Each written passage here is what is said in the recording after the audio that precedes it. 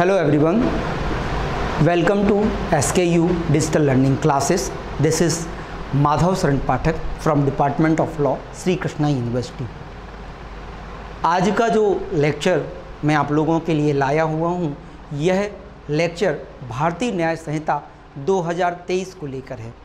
भारतीय न्याय संहिता 2023 के अलावा 3 मेजर क्रिमिनल लॉ अमेंडमेंट्स किए गए हैं, जिनमें से भारतीय नागरिक सुरक्षा संहिता 2023 और भारतीय साक्ष्य अधिनियम 2023 गत वर्ष लागू किए गए हैं।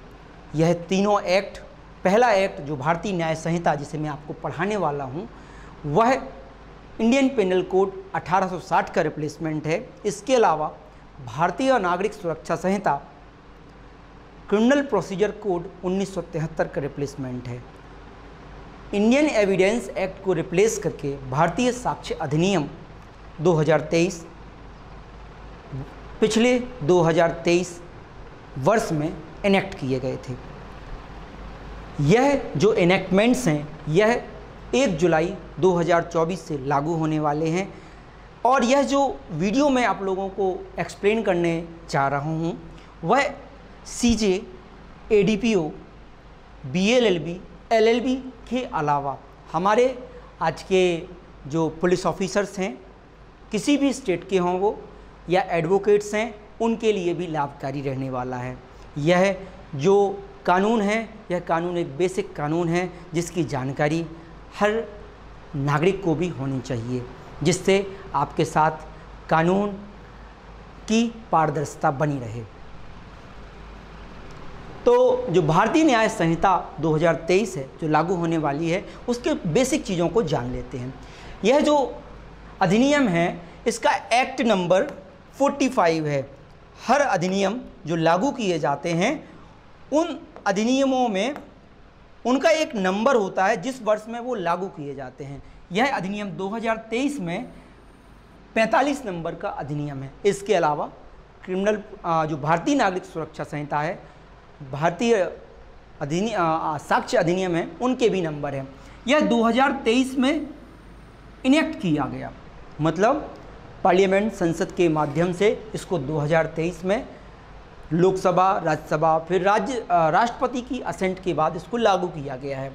इस पर जो प्रेसिडेंट की जो आपकी दोनों सदन हैं, चाहे वो लोकसभा हो या राज्यसभा हो, इसका पारित होने के बाद यह 25 दिसंबर 2023 को राष्ट्रपति की असेंट प्राप्त की गई। इस अधिनियम में आप जानते हैं, कानून बनने के लिए पहले आवश्यक है कि दोनों सदनों में, लोकसभा, राज्यसभा में, उसको पारित होने के बाद राष्ट्रपति के पास भेजा जाता है। और कोई भी अध्यादेश अधिनियम का या संहिता के रूप में प्रवर्तित तब होती है जब उसमें राष्ट्रपति की असेंट मिल जाती है।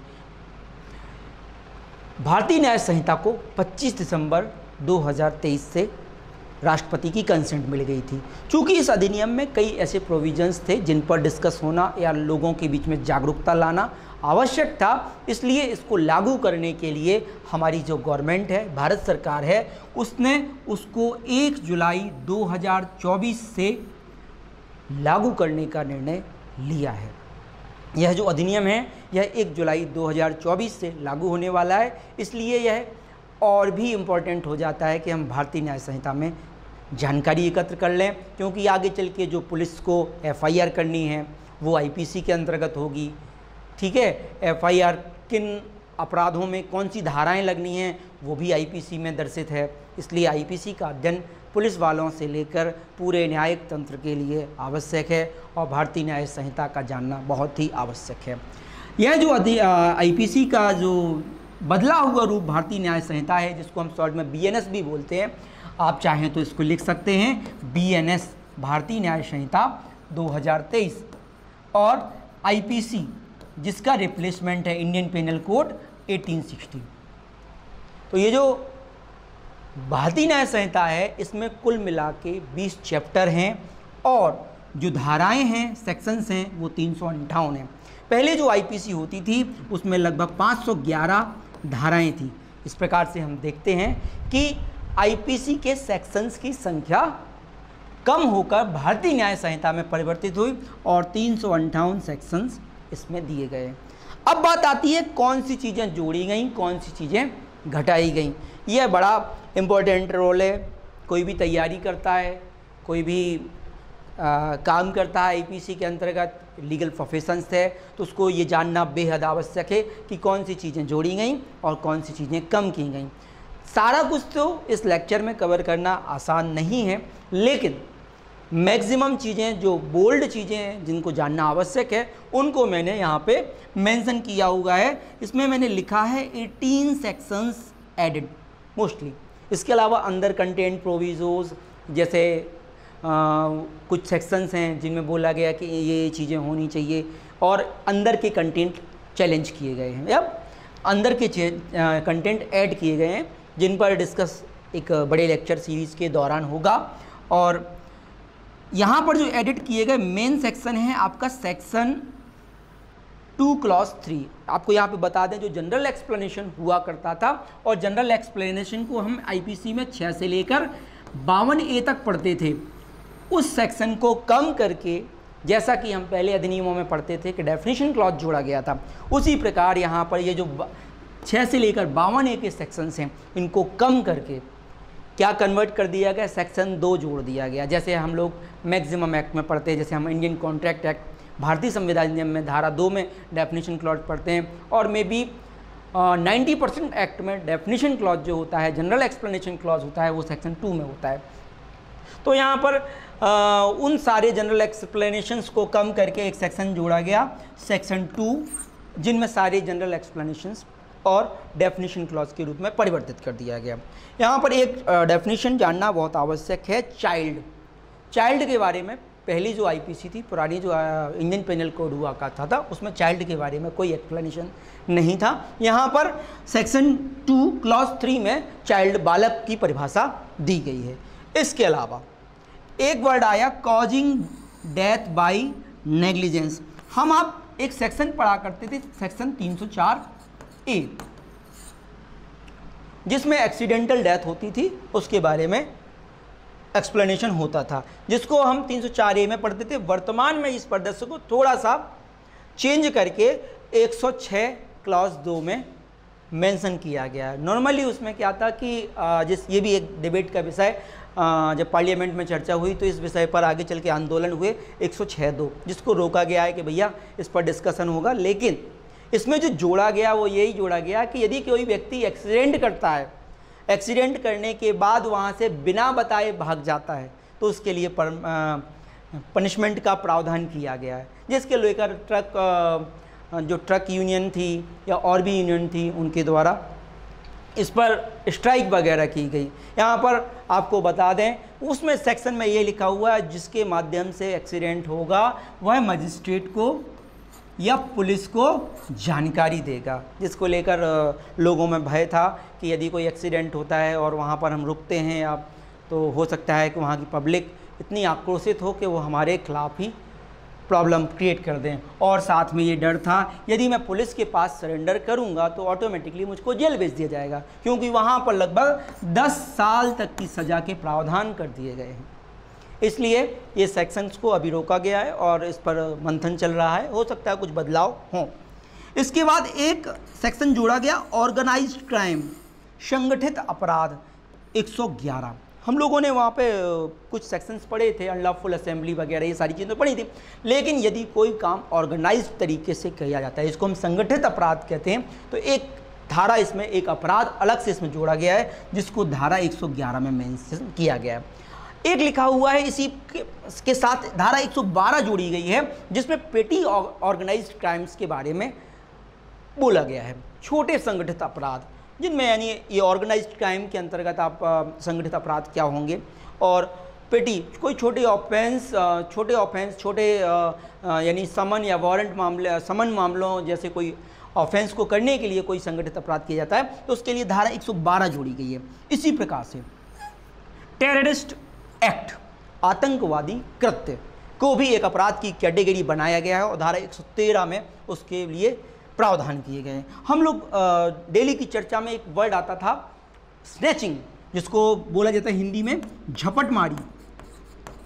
हम लोग देखते थे बड़े बड़े शहरों में अपराध होते थे, किसी की चैन झींक लेना, किसी के मोबाइल बाय बात करते जा रहे हैं तो मोबाइल छीन के लोग भाग जाते थे। तो इस प्रकार के अपराध को चोरी वाले सेक्शंस में और चोरी वाले जो कैटेगरीज हैं, प्रॉपर्टी के विरुद्ध अपराध हैं, उनमें जोड़ा गया है। और चोरी को 303 में परिभाषित करके बताया गया। उसी के जस्ट बाद एक सेक्शन जोड़ा गया 304, जो चोरी 379 में हुआ करती थी वह अब 303 में होगी। और उसी के जस्ट तुरंत बाद 304 में स्नैचिंग, झपटमारी का अपराध जोड़ा गया है। अब बात आती है कौन से मेजर सेक्शंस जिनको कम कर दिया गया उसके बारे में। तो लगभग मैंने जो स्टडी की उसमें लगभग 19 अपराध ऐसे थे जो मेजरली जिनमें चेंजेस किए गए हैं। उन मेजरली चेंजेस में पहला आता है सर्वेंट ऑफ गवर्नमेंट। ये जो जनरल एक्सप्लेनेशन हुआ करता था, शायद धारा 16 में हुआ करता था इंडियन पेनल कोड की, उसको हटाकर एकदम हटा दिया गया है कि इसकी सेक्शंस की कोई आवश्यकता नहीं। इसके अलावा इंडिया शब्द को भी हटा दिया गया, सेक्शन को भी हटा दिया। एक सेडिशन, राजद्रोह वर्ड को, इस पर काफ़ी बार लोकसभा में डिस्कशन सुनने को मिलता है कि वहाँ पे अमित शाह जी बोलते हैं कि मैंने राजद्रोह हटा दिया, उसकी जगह राजद्रोह की जगह इस वर्ड को देशद्रोह में कन्वर्ट कर दिया गया और सेडिशन के अपराध को हटाकर देशद्रोह को एक अपराध घोषित किया गया है।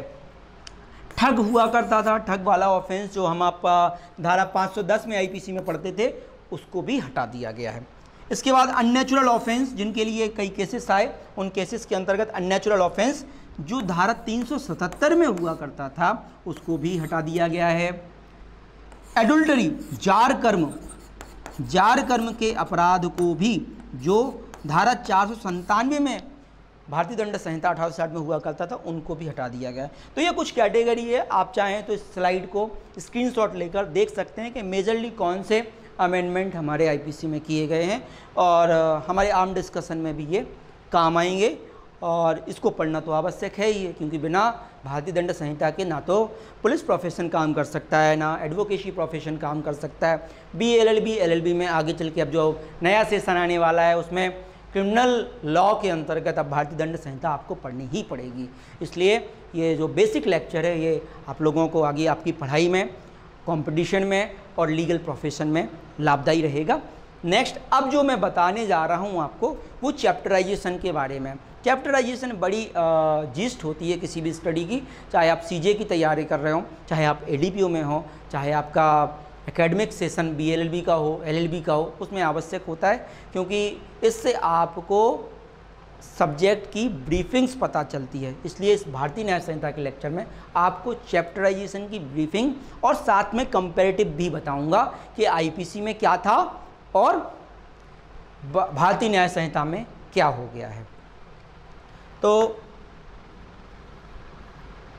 ये आपको मैं पहले भी बता चुका हूं कि लगभग 20 चैप्टर और 358 सेक्शन हैं भारतीय न्याय संहिता में। तो इन 358 सेक्शंस को कैसे डिवाइड किया गया भारतीय न्याय संहिता में, ये एक्सप्लेन किया गया है। पहला जो चैप्टर है वो प्रिलिमिनरी के बारे में बात करता है, और प्रिलिमिनरी मतलब प्रारंभिक चैप्टर जो है, तो प्रारंभिक चैप्टर जो है वो 1 से 3 तक बताया गया।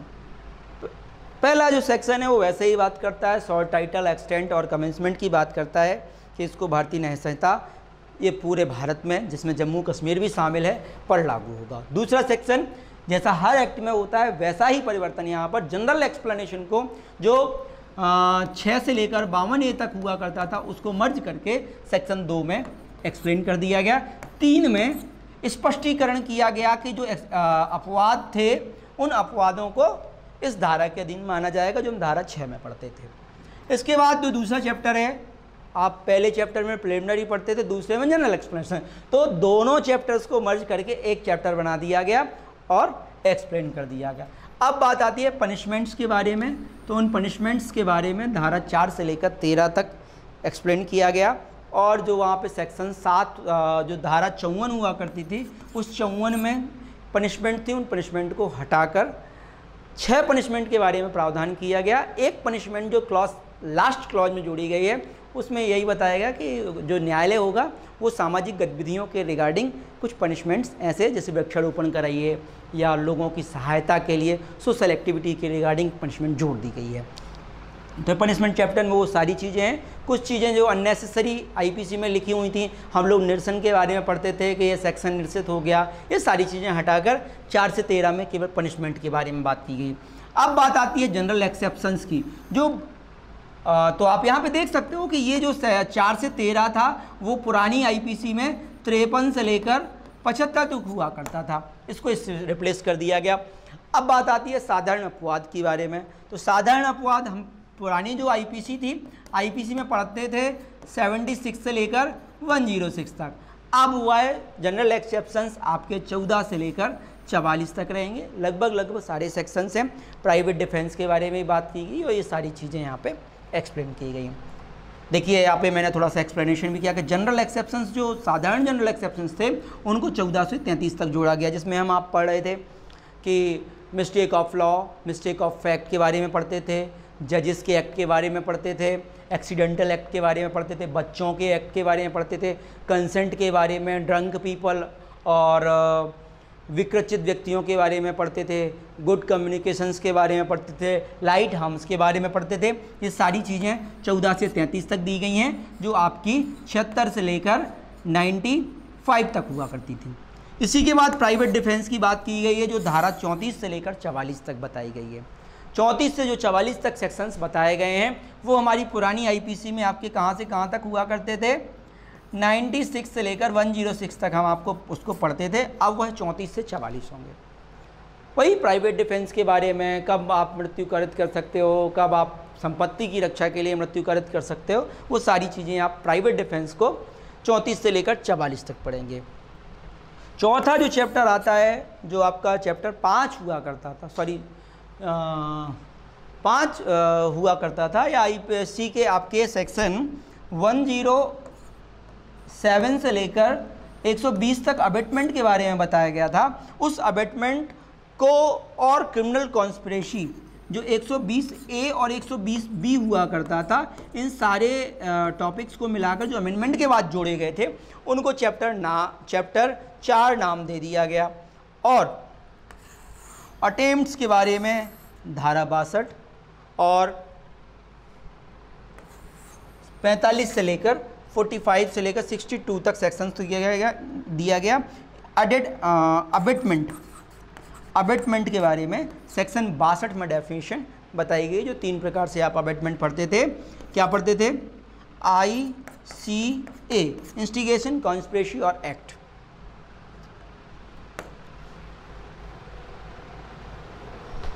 Offences against woman and child, ये बड़ा चैप्टर इंसर्ट किया गया है। और जो सेक्शंस थे आपके महिलाओं के संबंध में सारे प्रोविजंस, ये बड़ा चैप्टर एक हिसाब से अच्छा भी है कंपटीशन पर्पस से और सोशल पर्पस से, कि किसी महिलाओं के कानून के बारे में, बच्चों के बारे में जानना है आपको, तो आपको पूरी आईपीसी को अब डिस्कस करने की आवश्यकता नहीं है।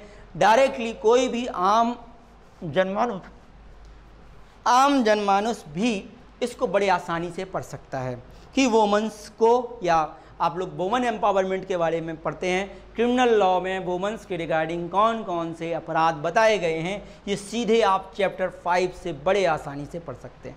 बच्चों के बारे में कौन कौन से ऑफेंसेस हैं आईपीसी के, ये बड़ा मेजर अमेंडमेंट है और चैप्टर 5 बड़ा ही इम्पोर्टेंट सामाजिक दृष्टि से, लीगल दृष्टि से। अब हमको बार बार सेक्शंस को या लॉ को समझने में, महिलाओं और बच्चों संबंधी क्रिमिनल लॉ को जानने में आसानी हो जाएगी। ये बड़ा अमेंडमेंट है। तो इसमें जो ऑफेंसेस की कैटेगरी थी वो 63 से लेकर 99 तक बताई गई है, जिसमें 63 से लेकर 92 तक, 63 से लेकर 92 तक केवल महिलाओं के संबंध में कैटेगरी दी गई है। पहली कैटेगरी है सेक्सुअल ऑफेंसेस, जो रेप संबंधी मामले थे, रेप रिगार्डिंग मामले थे, उनको 63 से लेकर 73 तक जोड़ दिया गया।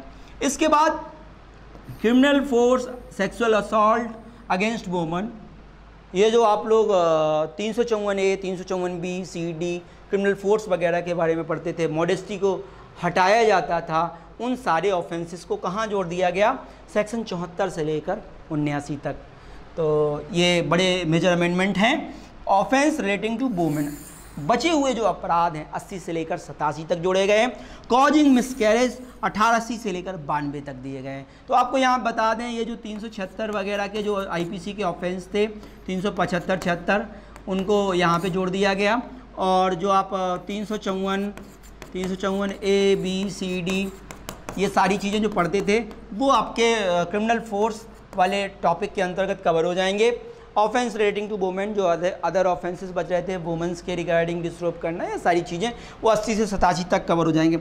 एक जो चैप्टर हुआ करता था कॉजिंग मिसकैरेज, गर्भपात कारित करना, जो आपको आईपीसी में 312 से लेकर 318 तक पढ़ते थे बच्चों के भ्रूण हत्या के बारे में, ये ऑफेंस को अलग से कवर कर दिया गया और 88 से 92 तक इसको एक्सप्लेन किया गया। बच्चों से रिगार्डिंग कोई भी ऑफेंस हो, आपके पास कोई रिसर्च के लिए या कोई टॉपिक किसी पर डिबेट करना है, कौन से लॉज हैं, इन सारी चीज़ों को बच्चों से जोड़ के आपको कोई टॉपिक पढ़ाना है, पढ़ना है, तो बड़े आसानी से आप ऑफेंसेस अगेंस्ट चाइल्ड को दे सकते हैं। और 93 से लेकर 99 तक इसको एक्सप्लेन किया गया। तो ये बड़ा चैप्टर है और एक अच्छा चैप्टर है सोशल एक्टिविटीज़ के लिए और महिलाओं की जागरूकता के लिए। सीधे सीधे सेक्शंस वो चाहें तो आईपीसी से पढ़ सकती हैं कि हमें कौन कौन से संरक्षण प्राप्त हैं।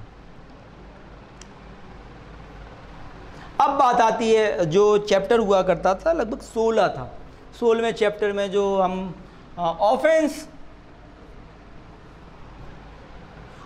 अगेंस्ट ह्यूमन बॉडी के बारे में पढ़ते थे। ऑफेंस अगेंस्ट ह्यूमन बॉडी, यहाँ पर इनको जोड़ के 100 से लेकर 146 तक किया गया है। इस चैप्टर को आप वहाँ पर 299 से लेकर 377 तक पढ़ते थे, क्योंकि 378 में चोरी आ जाती थी जो भारतीय दंड संहिता में 299 से 377 चैप्टर हुआ करता था। उस चैप्टर को 100 से लेकर 146 तक कन्वर्ट करके बता दिया गया। मेजर कैटेगरीज जो इसमें जोड़ी गई और जो हटा दी गई उसके बारे में हम अब डिस्कस कर सकते हैं।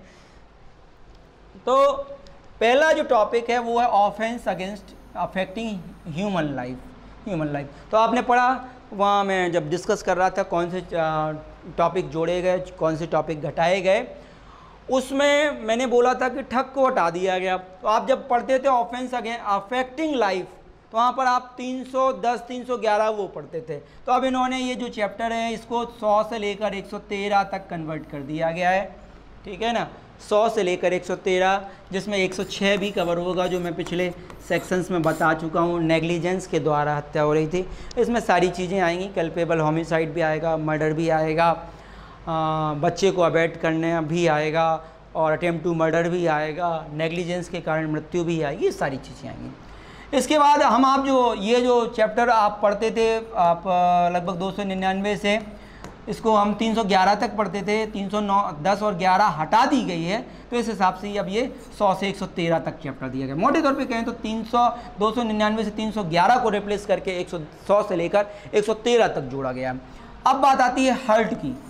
हर्ट के बारे में, हर्ट, ग्रीवियस हर्ट, इन सारे ऑफेंसेस को मिलाकर इसको 114 से लेकर 124 तक जोड़ दिया गया है, जिसमें आप डंडे से प्रहार करना, सिंपल हर्ट करना, ग्रीवियस हर्ट करना, या किसी के घर में घुसकर मारपीट करना, किसी को किसी काम करने के लिए उत्प्रेरित करना, ये सारी चीज़ें जो आती थी उनको 114 से लेकर 125 तक जोड़ दिया गया है, जो आईपीसी में 319 से लेकर 330 तक हुआ, 338 तक हुआ करती थी।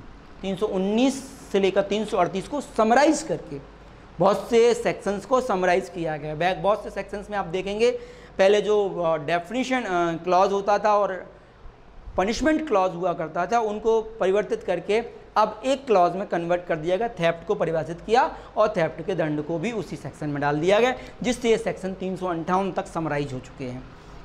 तो इसी प्रकार से कुछ समराइजेशन 319 से 338 को समराइज करके 114 से 125 कन्वर्ट किया गया। अब बात आता है wrongful rest and wrongful confinement.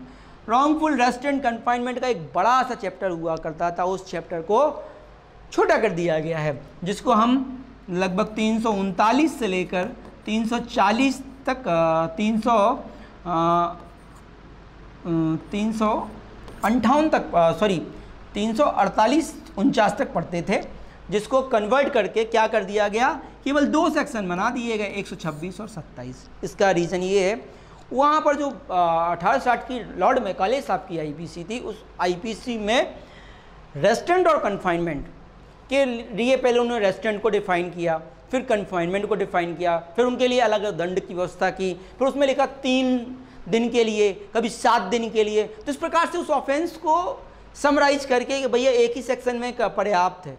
126 में आप जितने प्रकार के रेस्टोरेंट हैं उनको कवर कर लीजिए, 127 में रॉन्गफुल कन्फाइनमेंट के जितने प्रकार के सेक्शंस हैं उनको कवर कर लीजिए और उन्हीं में दंड की व्यवस्था कर दीजिए। इसलिए इसको समराइज करके 126 से लेकर 126 और केवल 127 2 सेक्शन में बना दिया गया। अब बात आती क्रिमिनल फोर्स असॉल्ट की। हम लोग पढ़ते थे फोर्स, असॉल्ट, क्रिमिनल फोर्स, गृह भेदन, रात्रौ गृह भेदन, इस प्रकार से कई सेक्शंस हुआ करते थे। अब उन सेक्शंस को 128 से 137 के बीच में पढ़ना होगा। ये सेक्शंस जानना इसलिए आवश्यक है, चाहे वो पुलिस हो, चाहे वकील साहब हों, या जज साहब हों, या स्टूडेंट्स हैं, ये सारे सेक्शंस आपको जानने आवश्यक हैं, क्योंकि चार्जशीट फाइल होगी, FIR दर्ज होगी, तो उनमें इन सेक्शंस का प्रयोग किया जाना है। आप जानते हैं कि 341 यूज की होती थी, या 352 यूज हुआ करती थी, 452 यूज हुआ करती थी। उन सेक्शंस को अब कौन से सेक्शंस उनको लगाने, कौन सी धारा का अपराध बन रहा है, ये सारी चीज़ें हम IPC में पढ़ के, और 1 जुलाई 2024 से जो चार्जशीट FIR फाइल होंगी वो इन्हीं के अकॉर्डिंग होंगी, क्योंकि पुराने सेक्शंस, पुरानी चार्जशीट केवल तब तक उन्हीं ऑफेंसेस में लागू होने वाली है जिनमें वो दर्ज की गई हैं। 1 जुलाई से जो दर्ज किए जाएंगे ऑफेंस वो भारतीय न्याय संहिता 2023 और प्रोसीजर भारतीय नागरिक सुरक्षा संहिता 2023 के अकॉर्डिंग लिया जाएगा। अब बात आती है क्रिमिनल फोर्स असॉल्ट, आपके 128 से 137 तक चलेंगे। Kidnapping, abduction, slavery, forced labour, ये सारे चैप्टर्स जो आप पढ़ते थे उनको अब 137 से 146 केवल 10 और 11 सेक्शंस में समराइज करके कम कर दिए गए, और उन्हीं में जो सब क्लॉजेस जोड़े जा सकते थे, प्रावधान जोड़े जाते थे, वो जोड़कर 137 से 146 कन्वर्ट कर दिया गया।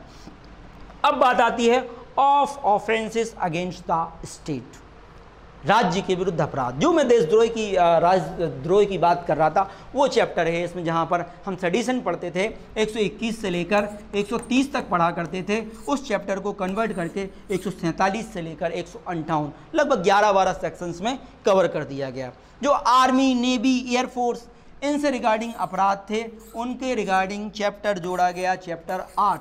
साथ में आया स्टेट के विरुद्ध, राज्य के विरुद्ध अपराधों के बारे में सेक्शंस, सेडिशन वगैरह थे, ठीक है। इसमें कि भारत सरकार के विरुद्ध किए गए ऑफेंस, सारे ऑफेंसेस को कवर करके ये चैप्टर 7 बनाया गया। चैप्टर 8 को जो पढ़ना है वो आपके आर्मी, नेवी, एयरफोर्स, जल सेना, थल सेना, वायुसेना के संबंध में जो अपराध हम 131 से लेकर 140 तक पढ़ा करते थे उनको जोड़कर समराइज करके 159 से लेकर 168 तक भारतीय न्याय संहिता 2023 में प्रावधान किए गए हैं, और धारा चैप्टर 8 में इनको पढ़ने को मिलेगा। अब बात आती है ऑफेंसेस अगेंस्ट इलेक्शन, निर्वाचन संबंधी अपराध जो चैप्टर हुआ करता था उसको अब कन्वर्ट करके चैप्टर 9 में भेज दिया गया है, और चैप्टर 9 में मात्र 8 सेक्शन में इनको कवर कर दिया गया। निर्वाचन संबंधी जो प्रारूपण थे, निर्वाचन ऑफिसर्स बन जाते थे, रिश्वत वगैरह के प्रावधान किए गए थे, उन सारी चीज़ इसको अब कहाँ कर दिया गया, चैप्टर 9 में। और 159 से 169 व 169 से 177 तक व्यवस्था नई भारतीय न्याय संहिता में की गई है। Coin, currency note, bank note, government stamps, जो बड़ा सा चैप्टर हुआ करता था, लगभग 228-229 से चैप्टर स्टार्ट होता था, और एक लंबे कैटेगरी में जिसको डिवाइड किया गया था उसको बड़ा समराइज करके, जिसमें हम लोग फर्रुखाबाद का रुपया या कॉइन्स वगैरह के, इंडियन सिक्का, ये सारी प्रावधान जो पढ़ते थे उनको कन्वर्ट किया जाता था, उनकी मशीनों के बारे में बताया जाता, वो सारी चीज़ों को, बैंक नोट, स्टाम्प वगैरह को सब समराइज करके एक बड़े चैप्टर को छोटे चैप्टर में कन्वर्ट करके 178 से 188 तक प्रावधान किए गए हैं। पब्लिक ट्रैंक्विलिटी एक बड़ा अच्छा चैप्टर हुआ करता था कंपटीशन की दृष्टि से, आज भी हमको उसको पढ़ना पड़ेगा, CJADPO में बड़ा पूछा जाता है। अनलॉफुल असेंबली, रायोटिंग, एफ्रे, ये तीन जो कैटेगरी थी, इन कैटेगरी को अब यहाँ पर मेंशन कर दिया गया। अनलॉफुल असेंबली, रायोटिंग, कॉमन ऑब्जेक्ट, एफ्रे, ऐसे कई अच्छे ऑफेंसेस जिनको सिविल जज और ADPO में पूछा जाता है। अब उन चैप्टर्स को जो हम आप 141 से 160 पढ़ते थे, अब उनको पढ़ने की व्यवस्था 189 से 197 में की गई है। अब बात आती है कि ऑफेंसेस बाय और रिलेटिंग टू पब्लिक सर्वेंट्स। ये चैप्टर बड़ा अच्छा चैप्टर जोड़ा गया है जिसमें पुलिस की अकाउंटेबिलिटी बढ़ गई है और बहुत सारी पुलिस के ऊपर जिम्मेदारियां दी गई हैं। यदि नहीं करते हैं FIR तो हो सकता है उनके विरुद्ध भी अपराध दर्ज किए जाएं।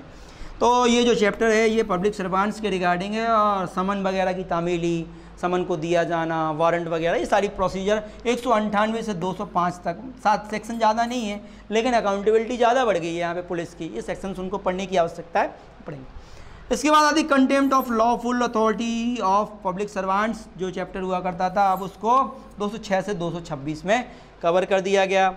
एक आता है जो इम्पोर्टेंट चैप्टर है, जो इसको ये 12 में यहाँ पे ध्यान रखिएगा, 11 में पब्लिक ट्रैंक्विलिटी के बारे में बोला गया चैप्टर में, जो 189 से 197 तक हुआ करेंगे। 12वें चैप्टर में 198 से 205 तक व्यवस्था की गई है, जो ऑफेंस रेटिंग बाई और रिलेटिंग टू पब्लिक सर्वेंट है। 13वां चैप्टर जो कंटेम्प्ट के बारे में बात करता है, contempt of the lawful authority of public servant, 206 से 226 तक पढ़ेंगे। एक जो चैप्टर बड़ा कंपटीशन की दृष्टि से आवश्यक है वो ये चैप्टर है चैप्टर 14, जिसमें फॉल्स एविडेंस और ऑफेंसेस अगेंस्ट पब्लिक जस्टिस, लोक न्याय के विरुद्ध अपराध के बारे में बात की गई। फॉल्स एविडेंस हम आप जो पढ़ते थे IPC में वो 191, 192 और 193 में पढ़ते थे।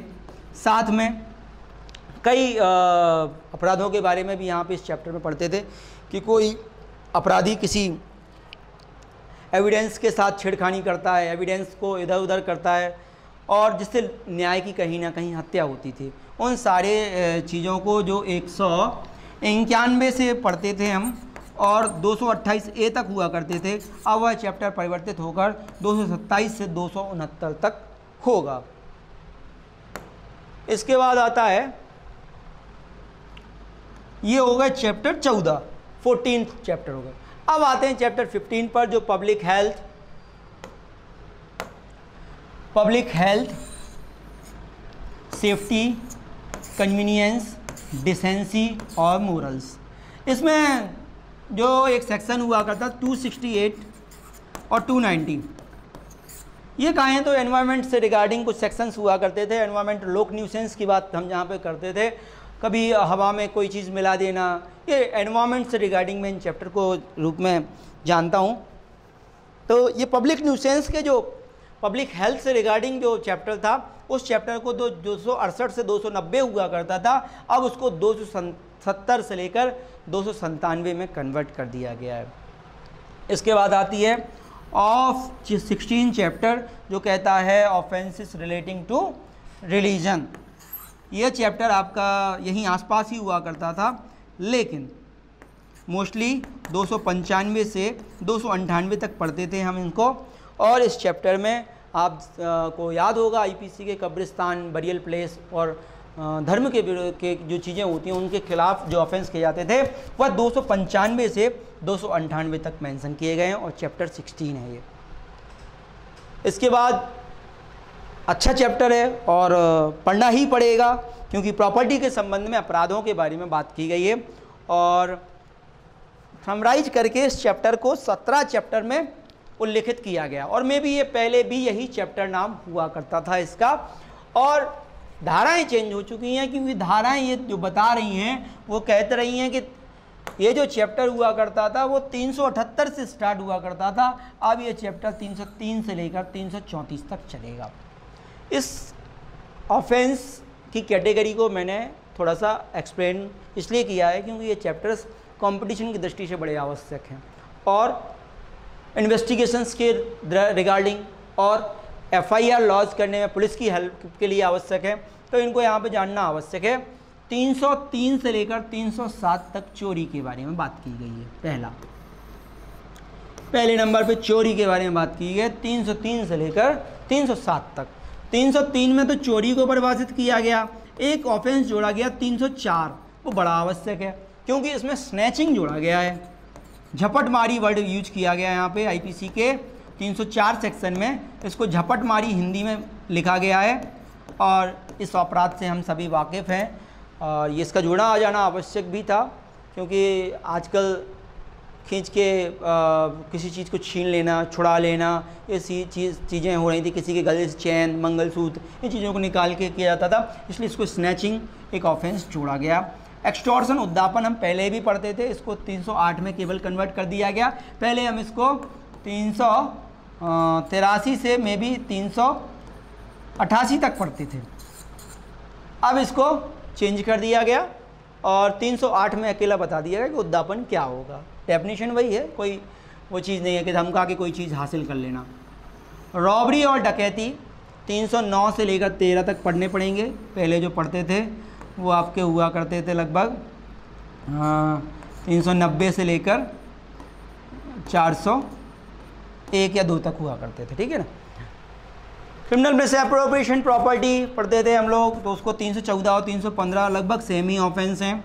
ब्रीच ऑफ ट्रस्ट के बारे में बात की गई 316 में, जो 403, 404, 405, 6 के अंतर्गत हुआ करते थे, एक ही अपराध। स्टॉलिंग प्रॉपर्टी को हम लोग 410 और 411 में पढ़ते थे, चुराई हुई संपत्ति, जिसको अब 317 में समराइज करके एक ही सेक्शन बना दिया गया। चीटिंग, छल के बारे में थोड़ा सा लेंदी चैप्टर हुआ करता था, जिसमें 420 वगैरह हम लोग वर्ड यूज करते थे, उसको केवल एक ही सेक्शन बना, 2 सेक्शन बनाए 318 और 319, जो पहले हुआ करता था कहाँ से 415 से लेकर 424 तक। Fraudulent deeds of disposition of property जो 424-25 से स्टार्ट होकर हुआ करता था, अब उसको 320 से 328 के बीच में पढ़ना पड़ेगा। क्रिमिनल ट्रेसपास, आपराधिक अतिचार, जो 452 बहुत इंपॉर्टेंट धारा पुलिस की दृष्टि से होती थी, उसको आप 329 से लेकर 334 तक पढ़ना पड़ेगा। अपराध की दृष्टि से किसी की ज़मीन में प्रवेश करना, दैट इज़ क्रिमिनल ट्रेसपास, जिसके बारे में 329 से 334 आप लोग पढ़ेंगे, जो 441 सेक्शन से स्टार्ट हुआ करता था। इसके बाद 3 चैप्टर और शेष हैं, 18, 19 और 20। तो याद रखिएगा 17वां चैप्टर प्रॉपर्टी के संबंध में अपराधों के बारे में बात करता है। 18वां चैप्टर जो है वो डॉक्यूमेंट से रिगार्डिंग, हम लोग प्रॉपर्टी मार्क्स से रिगार्डिंग जो चैप्टर पढ़ते थे वो अब पढ़ना पड़ेगा 335 से 350 तक 18वें चैप्टर के रूप में। किसी संपत्ति के मार्क रहते थे उसको डिस्ट्रॉय कर देना, ये सारी चीज़ें 335 से 350 पढ़ेंगे। लास्ट चैप्टर जो 19 सेकंड लास्ट चैप्टर है वो है, और इसको हम लास्ट चैप्टर ही बोलते हैं क्योंकि लास्ट 20वां जो रिपील्स और सेविंग्स के बारे में बात किया गया। 19वां चैप्टर बात करता है क्रिमिनल इंटिमिडेशन, इंसल्ट, अनॉयंस और डिफामेशन, किसी को जान से मारने की धमकी देना।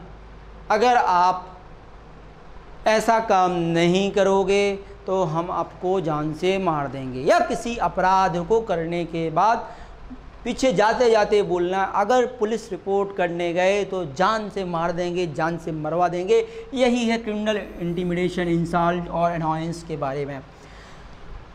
लास्ट जो है डिफामेशन, जो हम आप पढ़ रहे थे कहाँ पर 499 से लेकर 502 तक डिफामेशन। तो इस डिफामेशन को 499 में नहीं पढ़ना, 400-500 में नहीं पढ़ना, अब इसको 356 में पढ़ना है, ठीक है ना।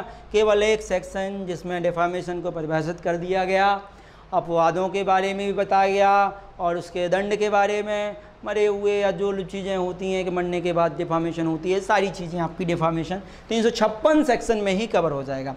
लास्ट जो चैप्टर है वो चैप्टर 20 है और रिपील्स और सेविंग्स के बारे में बात करता है कि क्या चीज़ें रिपील कर दी गई, उनका क्या प्रभाव होगा और कब उनका उपयोग किया जा सकेगा। ये रिपील एंड सेविंग का सेक्शन केवल एक सेक्शन है 20 चैप्टर में, 358। तो ये था आपका ओवरव्यू ऑफ भारतीय न्याय संहिता, जिसमें टोटल 20 चैप्टर और 358 सेक्शंस के बारे में छोटा सा डिस्कशन इस लेक्चर में किया गया।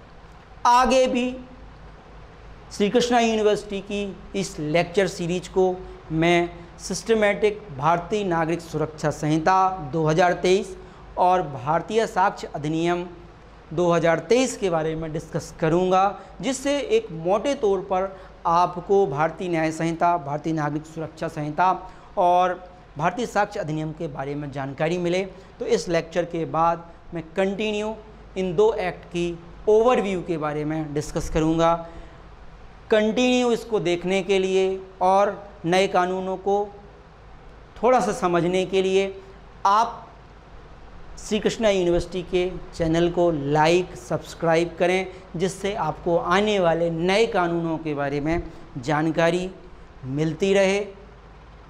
इसी लेक्चर के साथ अगले लेक्चर में आप मिलेंगे। इसके रिगार्डिंग आज की लेक्चर की यहीं पर समाप्ति और दूसरे लेक्चर को आप कंटिन्यू देखिएगा। धन्यवाद।